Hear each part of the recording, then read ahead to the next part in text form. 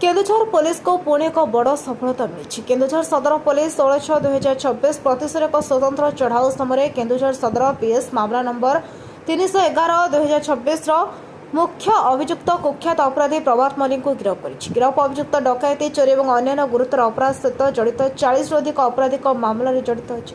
पचराउचरा समय अभियुक्त 8,18,100 टंकार सशस्त्र डकैती अच्छी बोली संपृक्ति स्वीकार करिछि एवं डकैती तथा अन्य चोरी संपत्ति लुचाई रखिथिबार कथा प्रकाश करिछि।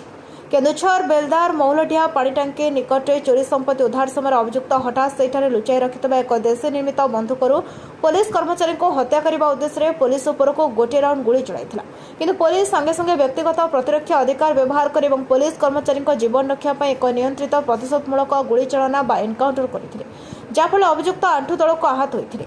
अभियुक्त तुरंत निरस्त्र आयत्त कर चिकित्सा केन्दुझर हस्पिटाल को स्थानांतर करा। घटनास्थल एक देशी निर्मित बंधुक एवं डकैती संबंधी आड़ती जनक दस्तावेज नगद अर्थ जबत कर बीएनएस और अशस्त्र आईन प्रासंगिक धारा अनुसार एक नूतन मामला पंजीकृत कर अन्य सहयोगी मानक गिरफ्त करने और अवशिष्ट चोरी संपत्ति उद्धार करने अधिक तदंत चली।